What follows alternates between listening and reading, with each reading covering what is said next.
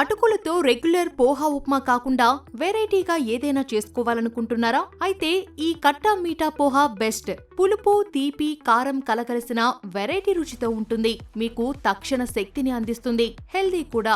మరి ఈ కట్టా మీఠా పోహాను కొన్ని నిమిషాల్లోనే ఎలా తయారు చేసుకోవాలో చూసేద్దాం రండి.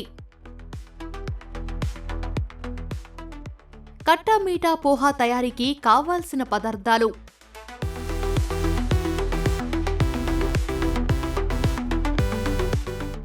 నానబెట్టిన మందపాటి అటుకులు 1.5 కప్పు, బెల్లం పొడి 3 టేబుల్ స్పూన్లు, కారం 1/2 టీ స్పూన్, ఉప్పు 1/2 టీ స్పూన్, కరివేపాకు 1 రెమ్మ, నూనె 2 టేబుల్ స్పూన్లు, పల్లీలు 2 టేబుల్ స్పూన్లు, ఎండు కొబ్బరి తురుము 1 టేబుల్ స్పూన్. కట్టా మీఠా పోహా తయారీ విధానం.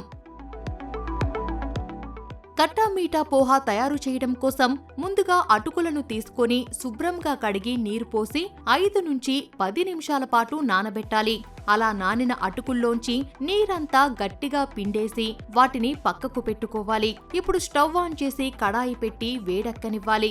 ఆ తర్వాత నూనె పోసి వేడి చెయ్యండి. నూనె కాస్త వేడెక్కిన తర్వాత ఇందులో పల్లీలు, కరివేపాకు వేసి వేయించాలి. పల్లీలు, కరివేపాకు కాస్త ఫ్రై అయ్యాక ఇందులో నానబెట్టిన అటుకులను వేసి బాగా కలపాలి. ఇందులో ఉప్పు వేసి మూత పెట్టి 2 నుంచి 3 నిమిషాల పాటు ఉడకనివ్వాలి.